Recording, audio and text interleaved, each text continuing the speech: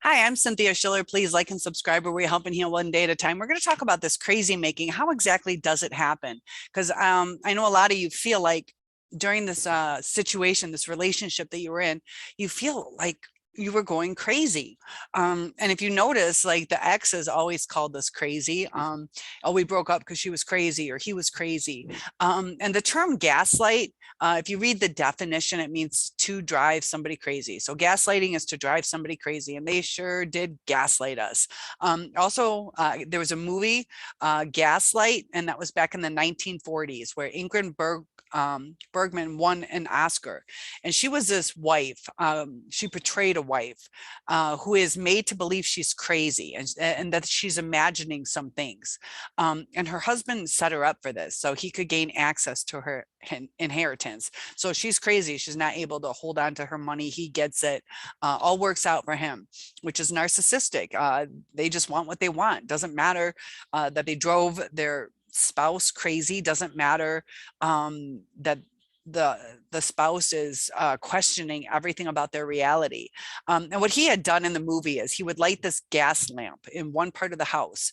So all the other lamps looked a lot dimmer because of that bright light in that one part of the house.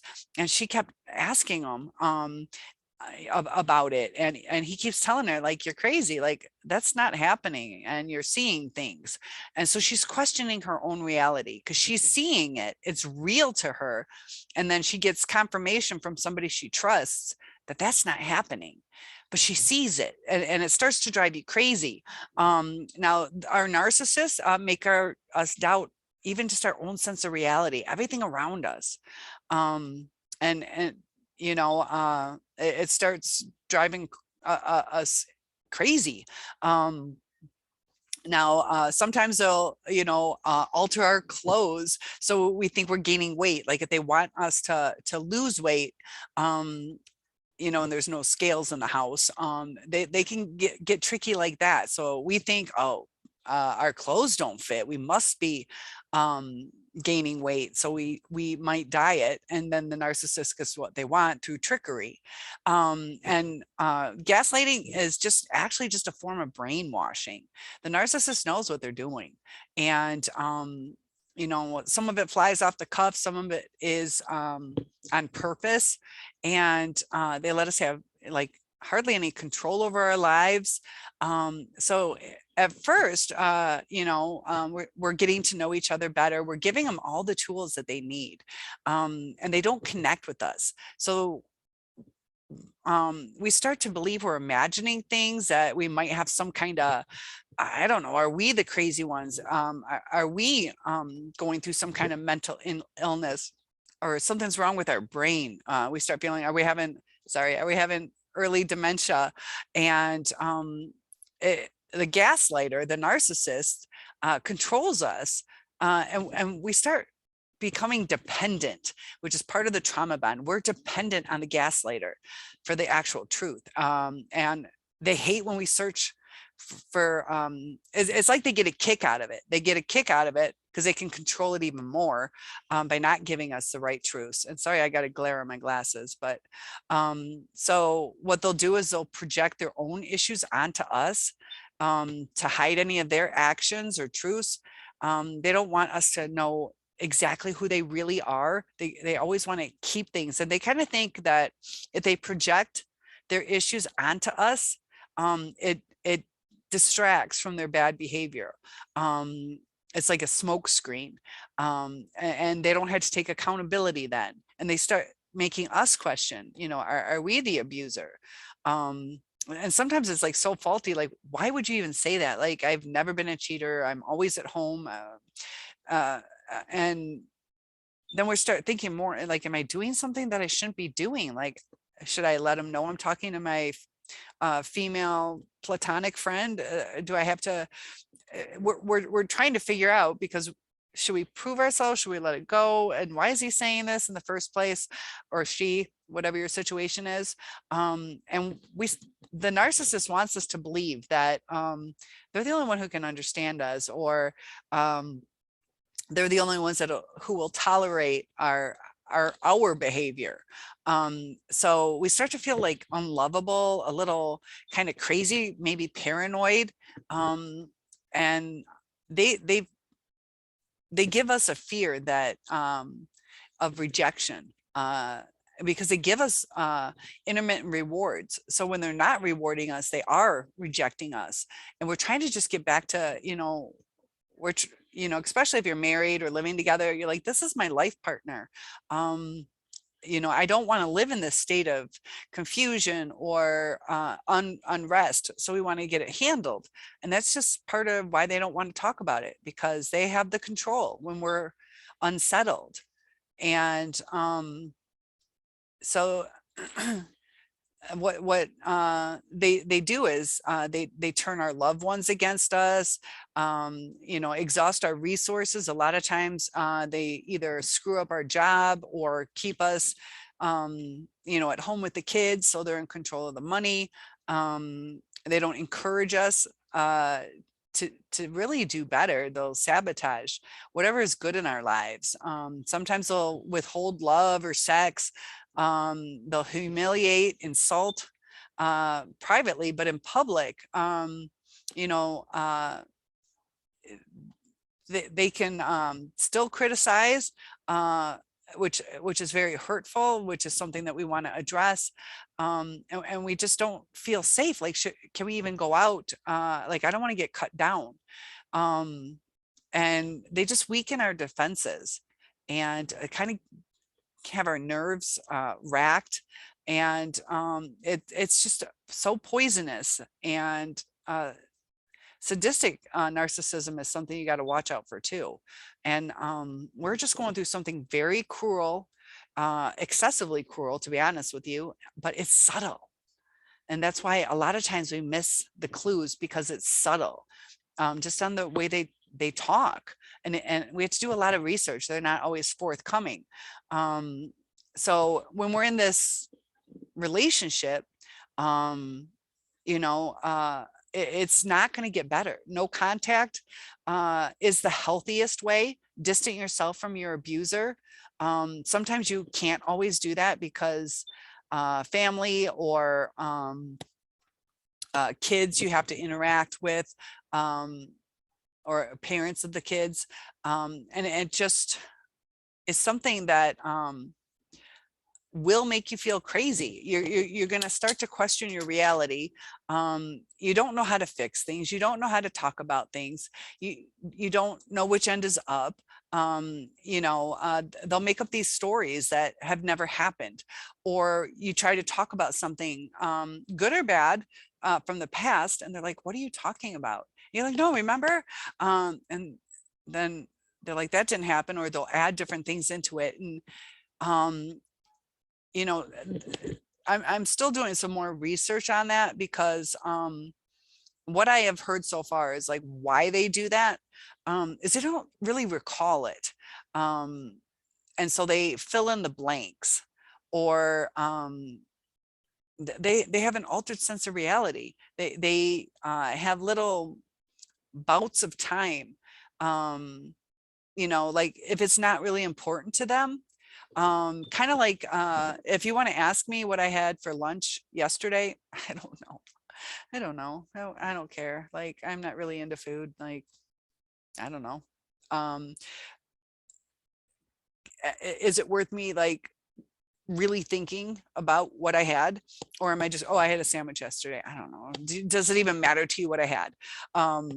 So they'll just fill in the blanks, and then we'll notice, I don't know, the chicken's gone, and we're just trying to, oh, did you have chicken yesterday? And they're like, no. And the chicken's gone and nobody else lives in the house. And you're like, but, and then we try to talk to them like, are you sure you didn't have it? And, they're intelligent people. So they can lie to hide something. If they didn't want us to know that they ate the last piece of chicken, they'll make up a lie that they had something different, or they just don't even know. And my analogy was basically to be where, I don't know, we remember when the grandkids did this, and they might say, oh yeah, it was really cute when they climbed up the ladder. And you're like, what? They didn't do that. we played outside in the pools. And so they're like, no, no, no, they did, because they just lost, because it wasn't important to them. You know, they were thinking about what they look like at the party, or how much the kids like them, that they're not paying attention to the outside world as much, because they reflect inward. But they try to have a conversation. So I don't know, we were outside, there's a jungle gym, so the kid probably, like most kids, climb up the ladder, so I'll say it. But then they'll stick to it, and we know what reality is, but they stick to it so much that we're like, did we miss it? And we're coming to somebody who, you know, they are intelligent, they should have a good memory. And none of this is making sense anymore. Or they'll promise us something, and to get out of it, they're like, I never said that. Or I never promised that. Or they won't even answer with, my goodness, why are you so needy? Or are you PMSing? Or it's like, we can't have a conversation. Nothing gets settled, even in silly little conversations like, should I put red sheets on the bed, or do you want me to do the blue? Oh, you know what my favorite is, or that you might know their favorite, but of course you know what you should do. And it's like, no, because it's not, we always switch, and sometimes like there's no rhyme or reason to it, and we're just, you know, I don't know, let's say we just painted the bedroom, and you're trying to make it nice, and they just don't answer. And we can be bold and say, I'm putting red sheets on the bed, and they could counteract with that. But we try to communicate with them. We're trying to say, hey, I'd like you to enjoy this too. What's your take on it? It doesn't matter to me. I'm just asking what you prefer. If you don't prefer anything, but we're like, and then if we do choose, let's say the red sheets, and they're like, don't you think that the blue would have looked better? And we just painted this, and it's such a mind mess that you start to feel like you're crazy. There's no way out of this cycle. And that's all we want is to get out of the unhealthy cycle and get back into the healthy part that we felt during the love bombing. And during the love bombing stage, it was just them getting tools to use against us, to get the supply of adoration or sexual favors, or a place to stay, whatever they could gain, or even just, they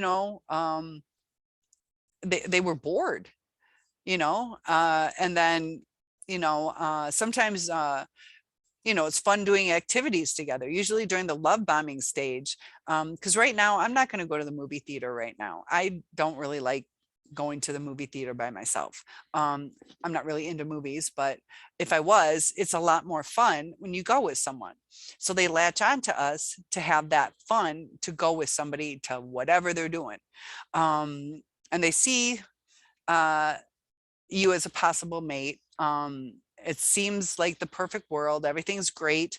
They know usually in society, monogamy is kind of with all the religious stuff, and traditionally from the olden days is kind of carry forward that people are a little more lax on it now. But that's the thing too. And I'm not telling you guys what to do, because I could be hypocritical on things too. As far as should we or shouldn't we have somebody with us before we get married. But the society is changing, where it's like rules are set in place. And if you're not religious, you have different beliefs. If you are religious, should you have sex before marriage? That's up to you and your God. But the more we go through society, the more we're trying to break rules. And I just responded to, as a society, we're trying to break rules, because I had given an example of how us, or narcissists, and I'm saying us as society, but narcissists are breaking rules because it gives them a sense of power. And he couldn't quite understand where, how does doing things wrong give you power? And if you think about it, you don't want to go slow, so you speed. You know, there's a rule in place, you don't like it. And that's where the narcissist brain is like, I don't like that rule, I'm going to speed. I don't want to wait until marriage for sex, so I'm going to break that rule. And you know, drugs or stealing or cheating on tests, cheating on people, cheating people out of money, just doing things, you know, littering or whatever it is. They get a power out of doing things that we as a society have set up to kind of maintain order. You know, the narcissist, you know, are very demanding. A lot of times they give waitresses a hard time or cut them down. They don't try to see that the waitress is trying because they want instant gratification. They want, you know, to control the situation. So they lash out at people. Like they're lashing out at the waitress because they can't control how long the food is taking. And then, you know, a lot of times it's not always the waitress's fault, you know, but they don't have any empathy. And when they're in society, they break rules, but they also do that in the relationship. You know, so you guys should have an agreement. If you're polyamorous, you agree to it. If you're not going to cheat on each other, you agree to it, but there's agreements.